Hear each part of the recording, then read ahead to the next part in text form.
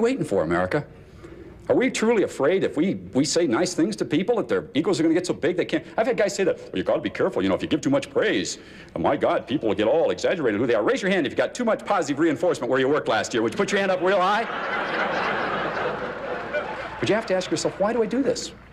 And I think I have the answer for that. You do it because of Billy Hawkins. You do it because of Billy Hawkins. Well, a natural question would be, who is Billy Hawkins? Well, you'll find out right now. I was a brand new principal at Kent Roosevelt High School, and I loved that community. I was so enthused about Kent, Ohio, and I knew nothing else. I'd never been an educator anywhere else, been an elementary teacher and high school teacher. Now I was principal, and I was quite young, and I was just so excited, Dave, about the opportunity. And I'd like to share my first day with you. I'll never forget this day. I got there real early.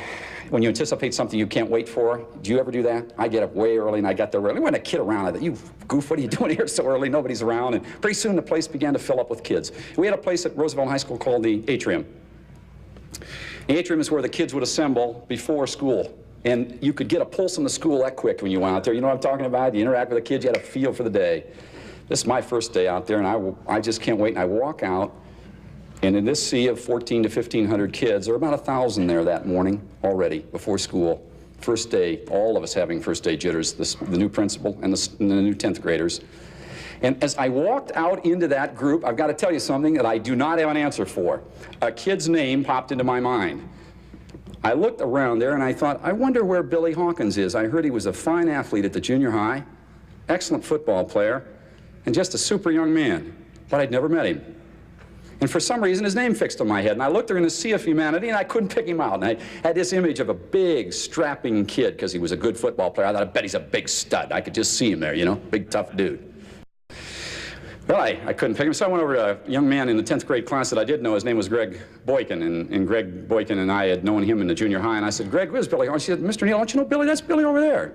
I looked over, and there was Billy Hawkins. And I thought, well, son of a gun. He was about 5'5", maybe 135 pounds as a 15-year-old. He didn't fit the image I had in all of mine. And Dave, I walked over to him like this. I put my hand out. I guess you're good. And he grabbed it just firmly like that. Billy Hawkins grabbed my hand as I grabbed his. And I want to tell you what happened. I'll never forget it. I never will forget it. This is why you keep doing what you're doing. I said, Billy, I'm Mike Neal, principal at Roosevelt High School, and I want to welcome you to Roosevelt. I hope you have a neat experience here. Put his shoulders back, looked up in my eyes, held onto my hand with a firm grip, said, I'm Billy Hawkins, 15-year-old sophomore, Roosevelt High School. Very proud to meet you, sir. Hope you have a good year. If I can ever be of help, let me know.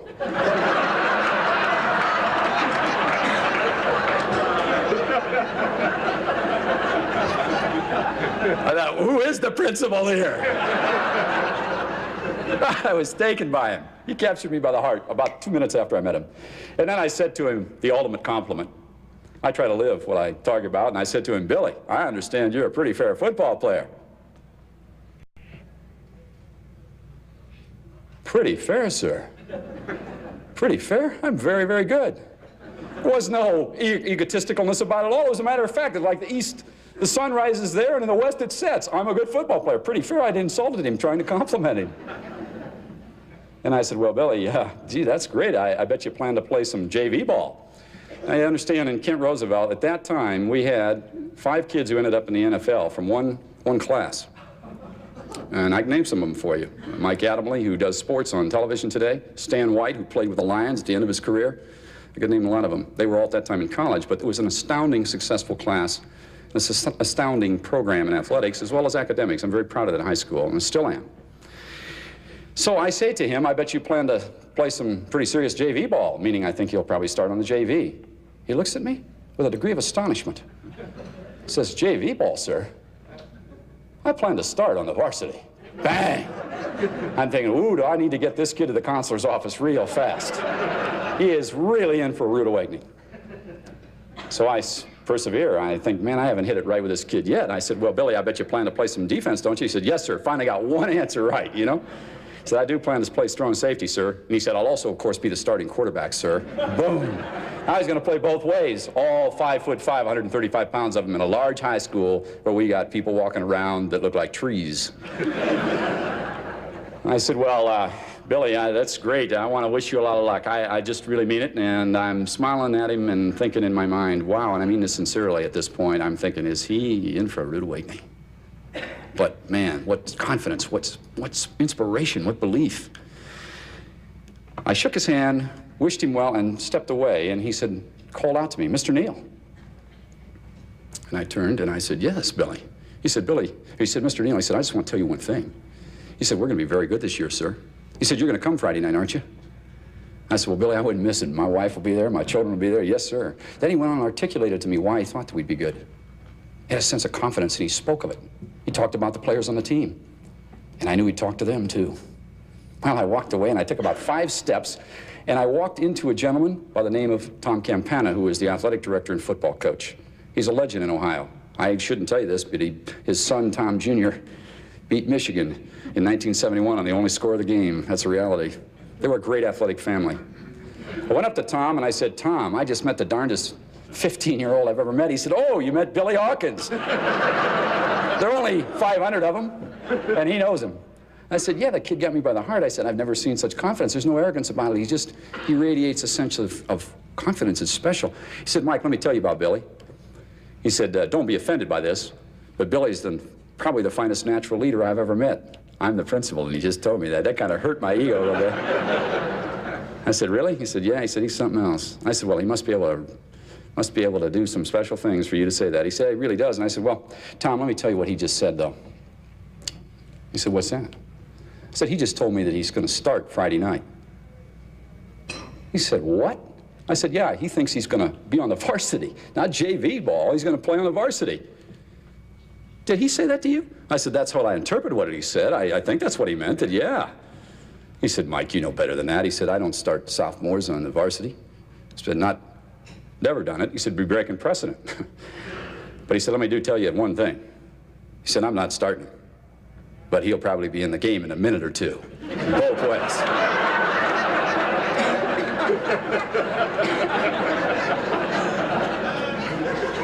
For those of you who don't like football, this really isn't a football story. It's a story about you, and you'll see that in a minute. I said, Tom, he must be able to run like a deer. He's little. No, Mike, he said, he's not real fast. He's got decent speed, but not great speed.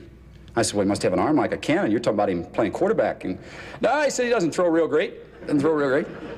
I said, oh, he doesn't run real fast. He doesn't throw real great, and he's small. I said, this is going to be a heck of a season, I can see. I said, no, Mike, we'll be very good, and Billy will make a real contribution. He said, Billy's special. I said, well, Tom, I'll be there Friday night. And I went Friday night. I'd like to tell you about Friday night. Went Friday night, and we were getting drilled. I mean, really drilled. It was close to the half. We're not used to getting drilled. We had a great program. I turned to my wife, Patty, and I said, honey, do you remember that kid I told you that I met the other day, who really captured my heart? I said, oh, Billy Hawkins. She said, yes, I remember. And I said, well, you know, Tom said he was going to play, and I said, here we are way behind. He hasn't gotten it down. And my wife's very empathetic. She said, oh, he must be crushed. I said, yeah, he must be. And I said, well, the way we're playing, you know, I don't know why he couldn't play. The half was over. In the third quarter, outran number 14. He was so small at that point in his life that his shoulder pads were a little bigger than he was, and he kind of ran on a slant. They put him at strong safety, where they had been running unrelentlessly and just going right over the top of us.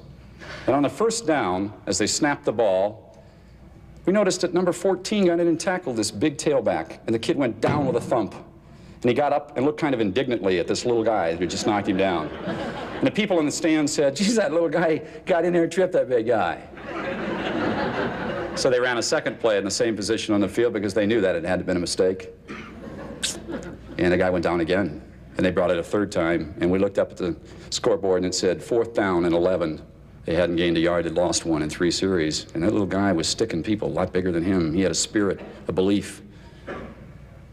He was special.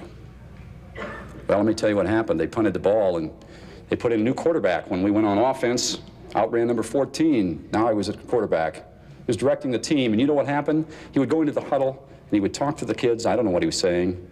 There wasn't much time in a huddle, but they come out and they played differently. They were a whole different group. They were inspired. They knew what leadership they had in front of them. And when they got to the line, those 17 and 18-year-olds played like a whole different group of people. They looked up to that 15-year-old. Do you remember when you were 15? Did you have people looking up to you that were 18? It's a rare commodity, especially when they're little. Well, let me tell you what happened, folks. We went up and down the field and we pulled the game out. It was an amazing display of leadership. It was a display of all kinds of things that I don't even understand yet to this day, really. I was euphoric. I couldn't wait to go tell Billy how impressed I was, and deep in my heart to say, you know, you had more faith than I did. And I was embarrassed by myself because I'm a believer in people, and size has nothing to do with spirit, capacity, the ability to inspire. But I couldn't find him on Monday when I looked for him, and I couldn't find him on Tuesday, and I couldn't find him on Wednesday, and finally I'm thinking, where the devil is Billy? And I went over to the guidance office and I said, where's Billy Hawkins? And they said, didn't you know? I said, didn't I know what? Well, Billy's in special ed. He's retarded. He's in a pull-out program. He doesn't in the regular classes. He's in some, but he's in mostly special ed courses. You've probably been, and I said, what did you say? Would you run that by me again? And they ran it by me again, and I said, have you ever seen him with his peers? Have you ever witnessed his ability to lead and inspire others? Retarded? Wow, that's heavy for me to accept. I walked out of the office and I was numb. I'm telling you, I was numb. My mind was swimming. I'm an advocate of special ed, but I happen to believe we've got to constantly look at kids, reassess where we are, make sure we're serving kids where they need to be. Here's what happened. I walked out of there and went home that night and talked to my wife about this, shared that thought with her. The next morning I went to my faculty and I said, could it be we've made an error, that we've relocated a kid or placed a kid that needs to be relocated? And they said, hey, we're willing. I called his mother, who I did not realize was his mother until I got her on the phone. It's one of those things where you know one person and you know, I'd known her for years, didn't know that this was Billy's mom. She had a different last name at that time. Her name was Boykin. I called her and I said, I'd like to pull Billy out of special ed classes and put him in straight college preparatory courses, and I don't know if it's right or not. She interrupted me. I'll never forget it as long as I live. What a powerful lady, wonderful lady. She looked at me and she said, Mr. Neal, I don't know much about education, but I do know one thing. Billy's the most important thing in my life, as each of my children are. You do right by him. You do right by him. I'll remember that finger as long as I live. I got in the car and I didn't know if I was doing right by him, and the next morning I called him in. I said, Billy, we're going to take you out of special ed classes, move you into straight classes, and he interrupted me. He said, I can do it, Mr. Neal. I can do it. I've just been waiting for the opportunity. And I said, now, Billy, wait a minute. This isn't irrevocable. Can you imagine that, telling a kid who's struggling in school using the word irrevocable? I thought that many times. Talk about who was really having difficulty thinking straight. It was me. I said, what I mean by that, Billy, is it can be changed. We can go back and make an adjustment, and if it doesn't work, he said, it'll work, Mr. Neal, it'll work. You just watch it work. Oh, did it work? That faculty busted their butts, folks.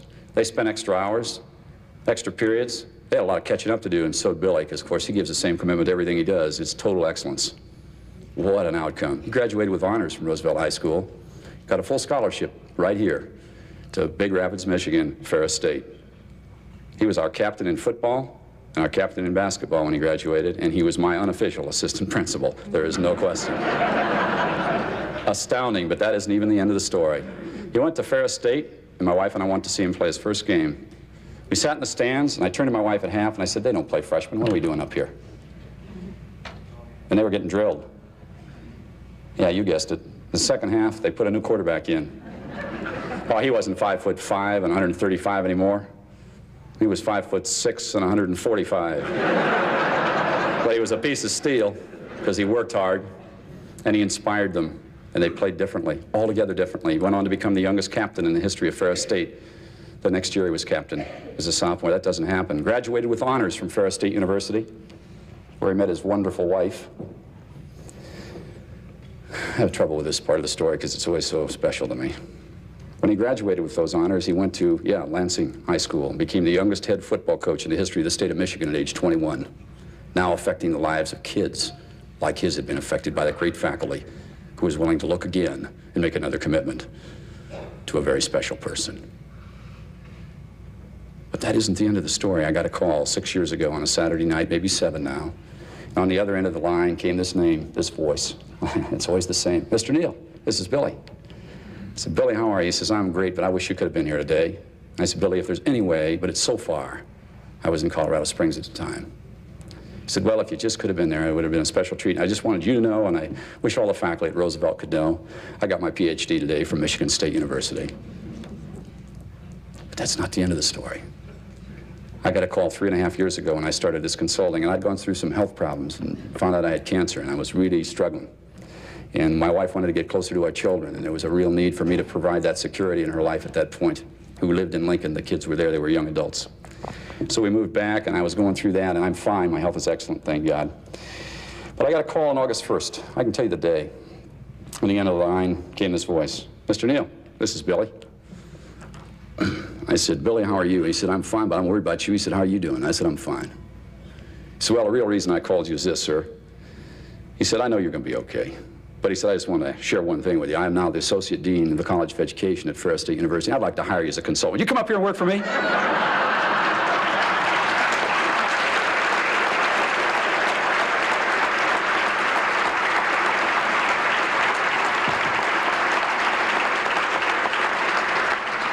Isn't it strange that princes and kings and clowns that caper in sawdust strings and common people like you and me are truly builders for eternity? Each is given a book of rules, a shapeless mass, and a bag of tools. And each must build our life is flown, either a stumbling block or a stepping stone. Keep building those great stepping stones. God bless you. It's been a pleasure to be with you.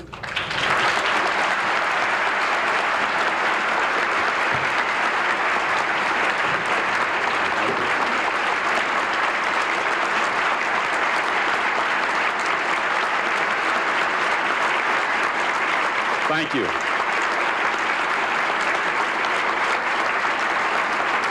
I'd like to close this off with one very special thought at this point, and this is a real thrill for me. I'd like to introduce Billy Hawkins to you. I'd like to have him stand up.